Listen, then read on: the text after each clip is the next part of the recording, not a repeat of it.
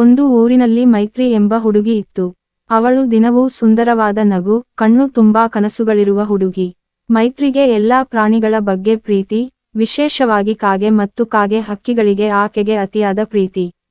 ಒಂದು ದಿನ, ಮೈತ್ರಿ ಅಟ್ಟಹಾಸಕ್ಕೆ ಹೋಗಲು ತಯಾರಾಗಿತ್ತು. ಮನೆ ಹತ್ತಿರವೇ ಇದ್ದ ದೊಡ್ಡ ಮರದ ಮೇಲೆ ಒಂದು ಕೊಳ್ಳದ ತೇಗು ಬೆಚ್ಚುಗೊಂಡಿತ್ತು. ಆ ತೇಗುವನ್ನು ನೋಡಿದಾಗ, ಆಕೆಗೆ ಅದರೊಳಗೆ ಏನಿದೆಯೋ ಎಂಬ ಕುತೂಹಲ ಉಂಟಾಯಿತು. ಮೈತ್ರಿ ತನ್ನ ಕೈಯಲ್ಲಿ ಕಬ್ಬಿಣದ ಜುಜ್ಜನ್ನು ಹಿಡಿದು ಅದನ್ನು ತೆಗೆಯಲು ಪ್ರಯತ್ನಿಸಿತು. ಆದರೆ, ತೇಗು ತೆರೆದು ನೋಡುವ ಮುನ್ನವೇ ಆಕೆ ಒಮ್ಮೆ ತಾಳಿ ನಿಂತು, ತಾನು ಏನನ್ನೋ ತಪ್ಪು ಮಾಡುತ್ತಿರುವೆನೇನೋ ಎಂದು ಯೋಚಿಸಿತು. ಕೊನೆಗೆ, ಅದನ್ನು ತೆಗೆಯದೆ ಕುದುರೆ ಬೆಳ್ಳಿತುಂಬೆ ಬಿಟ್ಟು ಹೋಯಿತು. ಕೆಲವು ದಿನಗಳ ನಂತರ ಆ ಮರವಿನ ಹತ್ತಿರ ಒಂದು ಹಸಿರು ಹಕ್ಕಿ ಮೈತ್ರಿಯನ್ನು ನೋಡಿ ನಗುವಂತೆ ಕಾಣಿಸಿತು.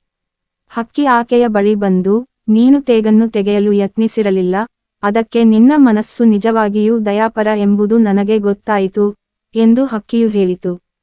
ಈ ಮಾತು ಕೇಳಿದ ಮೇಲೆ ಮೈತ್ರಿಯ ಮನಸ್ಸಿಗೆ ಸಂತೋಷವಾಯಿತು. ಆಕೆ ಅರ್ಥ ಮಾಡಿಕೊಂಡಳು, ಎಲ್ಲದರಲ್ಲಿ ಕುತೂಹಲ ತೋರಿಸದೆ, ಕೆಲವು ಬಾರಿ ಪರಿಸರಕ್ಕೆ ಗೌರವ ಕೊಡುವುದೇ ಸತ್ಯದ ಮಾರ್ಗ ಎಂದು. ಇಂತೆಯೇ, ಮೈತ್ರಿ ಅಹಂಕಾರವನ್ನು ತೊರೆದಳು ಮತ್ತು ಪ್ರಾಣಿಗಳ ಜೊತೆಯಾಗಿ ಜೀವನವನ್ನು ಸಂತೋಷದಿಂದ ಎನಿಸಿಕೊಂಡಳು.